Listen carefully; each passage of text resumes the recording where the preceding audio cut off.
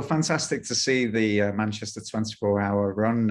I kind of really caught the tail end of some social media posts going online there, and fantastic. Such a good thing to do, positive thing. So I just want to discuss the whole concept and how it all kind of came to being being put together. From Run Wild, can you tell me about Run Wild, Tom Lewis? And Yeah, sure. So Run Wild is a running society at the University of Manchester.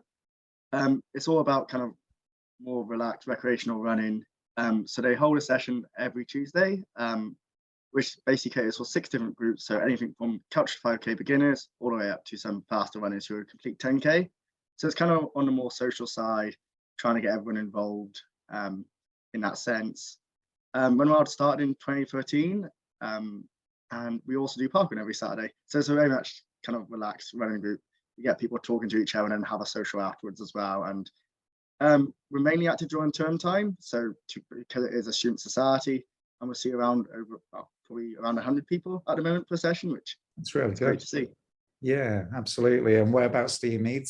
Is a particular part of the university or anything like that? Yeah, so we always meet in the kind of old quad at the university. So yeah, right next to the library. And fantastic. And Tom Allanson from Greater Manchester Mayor's Charity, thanks so much for joining us as well. Could you tell us a little bit about why the charity was set up and how things are in terms of the homeless on the streets of Manchester? Yeah, sure. Thanks for inviting me to this little interview. Yeah, so we were founded in 2018 on the back of a real humanitarian crisis at the time, when rough sleeping numbers were really peaking in Greater Manchester and across the UK as well, but particularly in Greater Manchester. And if you think back to that time, sort of there was Beast from the East here, which was a real cold snap, so there's a real risk to life. And Andy Burnham, who was running for mayor at the time, set up a mayoral fund, which got a significant amount of public fundraising. The people of Greater Manchester really pulled together, and a lot of resource went behind sort of addressing this immediate emergency need. And on the back of that, the charity was formed. So we're an independent charity, and our focus is on alleviating and preventing both rough sleeping and homelessness, or people at risk of homelessness as well. In terms of the outlook this year, like since that crisis point in 2018, rough sleeping numbers have significantly reduced, which is a real success story of Greater Manchester. But obviously with the cost of living crisis this year and just all kinds of difficulties, there'd been uncertainty around universal credit previously and stuff like that. But really, yeah, the cost of living crisis is putting a lot more people at risk of homelessness, and we're seeing those numbers sort of slowly increase again in terms of people needing to sleep rough, and we're already seeing services face immense pressure. So there's a real need all the time, but particularly this winter, it feels to sort of really reinvigorate the public and businesses, the community in general, to really rally behind the cause again, which is why it was great that Run Wild was such a success this year. Yeah, absolutely. In terms of how you kind of help on the streets and help try to reduce the issues that are there, what do you guys do in terms of, do you go out on the streets, or what happens? Yeah, sure. So we're a funder of frontline homelessness organisations across Greater Manchester, and we've funded 164 individual organisations since 2018. But our main the scheme that we part fund is a bed every night, and a bed every night is quite unique to Greater Manchester. It was founded in 2018 alongside our charity, and that provides emergency accommodation for anyone in Greater Manchester that would otherwise be sleeping rough. There's 21 organisations that deliver that service, and it gives people a bed, full wraparound support, food, to eventually get people into more permanent move-on accommodation, to get people back on their feet, back into work, or back into the private rented sector, or into social housing and things like that. Get them off the streets. It means they're a bit safer straight away, aren't they? Exactly. Yeah. So it's an emergency response, and a bed every night is what the 24-hour run was aiming to raise money for. Yeah. Yeah, that's one of the things that were really kind of fascinated, that it wasn't really, homelessness isn't just, so you might see somebody on the streets during the day, but it's actually, the problem is at night, where the elements and everything like that, the cold really kind of pinches. So in terms of the run itself, Tom Lewis, what kind of all put together? How did the idea kind of come about? Sure. So I guess as a society, we always wanted to do something more to support the city or put on a charity event. And it was during my second year in charge in 2019, where we kind of had the capacity of, we had a lot of run leaders, a lot more people were coming along to the club, so we were growing as a society. And we kind of always liked the idea of like a 24-hour challenge or run. I think when you first look at it, it's really daunting to come out with a 24-hour challenge, and we wanted to make it as accessible to everyone as possible, which is the kind of the entire motto of the club. So we came up with the idea of doing a 5-kilometer lap, where we all went out as a group, so we stay safe during the night, and that people can just easily pop along, do a lap, and then go, or come back and do another lap, or you get people who want to do 3 or 4. Or I think in our case this year, we had a few get to 100 kilometers during the 24 hours. So we wanted to do an event which catered for everyone and also raised awareness. So we chose to go through the city centre, as people will see us running and they can see us in the t-shirts or with the flag, and hopefully get a sense of what we're raising money for. And we had it last year where people kind of saw us with the flag, and then this year came along. So it was kind of to raise awareness, and then also to raise money for the charity. I think we chose the charity as, when I first came to Manchester in 2016 for university, I was quite surprised, well, I would say shocked really, by the numbers of homeless people you see on the streets. As I was from Hereford before, which is kind of a smaller city where you don't really see that as much. I think, as Tom said, the problem was growing and growing over the few years, and I thought it would be the best way to help a local charity and to choose a bed every night as they directly tackle the problem. Yeah, absolutely. I think that there is a problem, not just in Manchester, it's nationwide really. So the 5K loop, that's a brilliant idea. Where did it start and finish, each loop? So this year we started at 532, which is a performance arts centre and charity venue in the city centre. So it's next to the Beetham Tower, which is probably the more famous landmark in Manchester. But the venue provided support for us for free, so we were able to go in, set up, have the whole venue for the 24 hours, which is kind of one of the key points, to have that warm place indoors for the runners who are trying to do the kind of bigger challenges. And I guess in terms of the route, we kind of go down Deansgate Road and then kind of turn off and go towards the university. And once we go through the centre of the university, which was kind of our old starting point, we then turn back up and go up Oxford Road back to the venue.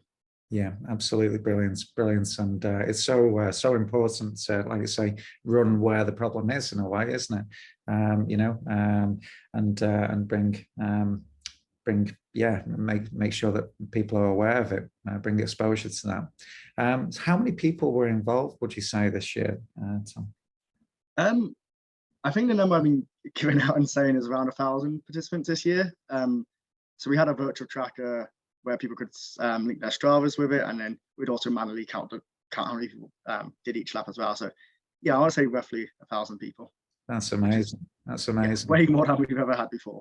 Yeah, I guess that's really it's just touching the iceberg as well, isn't it? I think that you could probably get a lot more than that in due course, won't you? Yeah. And Tom Allanson, what was the Greater Manchester Mayor's thoughts on the challenge and how everything kind of unfolded? Yeah, sure. So I mean, he was really pleased this year to be able to go down to 2532 sort of early. I think it was a couple of hours after it just started, wasn't it, Tom? went down to just thank everyone. It means a lot to him, and it's obviously a mayoral priority to end the need for rough sleeping and to significantly reduce homelessness as a wider scale as well. And he definitely recognises that it's fundraisers like these do genuinely save lives, because there's that direct impact that a bed every night has. But yeah, just really pleased, and he's a runner himself, and I think he commented on that. So yeah, hopefully next year we'll get him running too. But no, he was definitely pleased to come down and thank everyone personally this year. Yeah, absolutely, and would love to be there next year as well. You know, if you need any extra exposure, no problem whatsoever on that. We'll take any exposure we can get.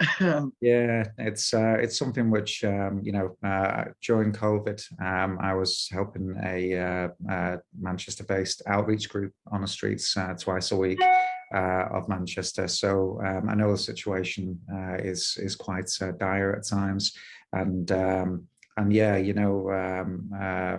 Phenomenally, you know, the numbers that I saw even during COVID, it was just literally like they were just, you know, they weren't getting the help, they weren't getting the support, and that I still feel that way. And I can still see Alan, who runs one of the homeless groups, is still really active, going out there twice a week, and has been doing it for about 8 or 9 years now.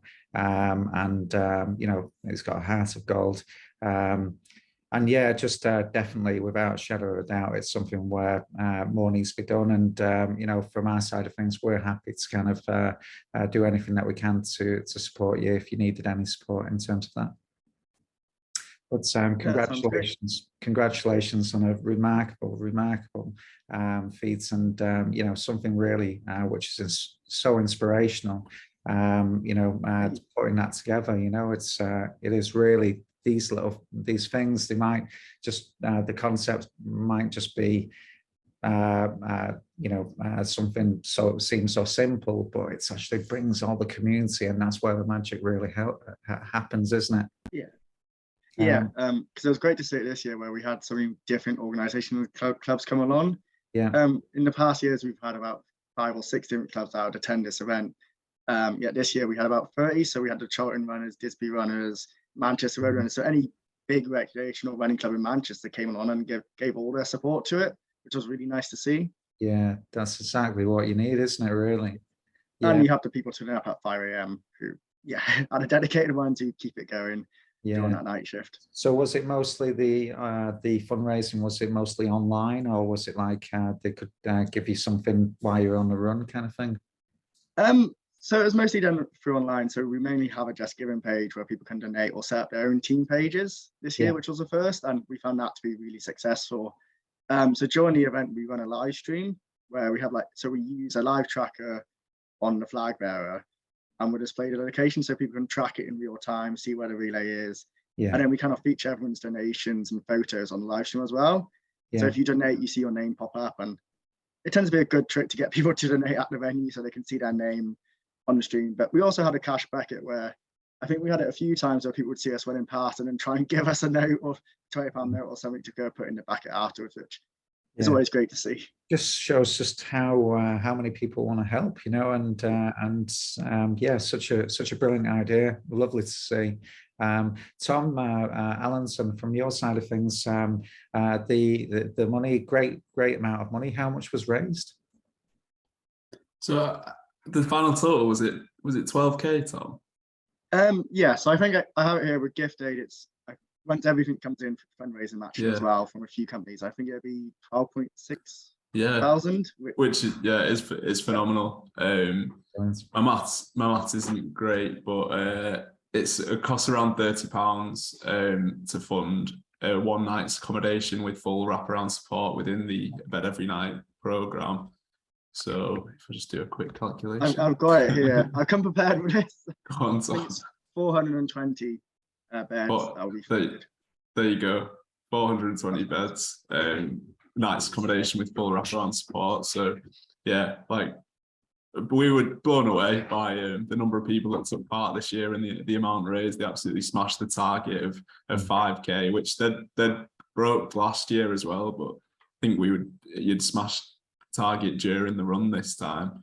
Yeah. and raised quite a lot before it as well. So no, it was just, yeah, amazing to see. And we were overwhelmed as a charity, the amount of mobilised support there was. And it's just a group of volunteer students and Tom himself, just members of Run Wild. So yeah, it was great stuff. Amazing, absolutely amazing. It is, like you say, it's just it just brings a completely different elements when you actually get people from the university actually actively involved, and yeah, it just you know, the message just goes so far, doesn't it? Like I say, absolute congratulations on a remarkable challenge that you set there, and the concepts and coming together with Manchester Homeless and rough sleeping. Fantastic.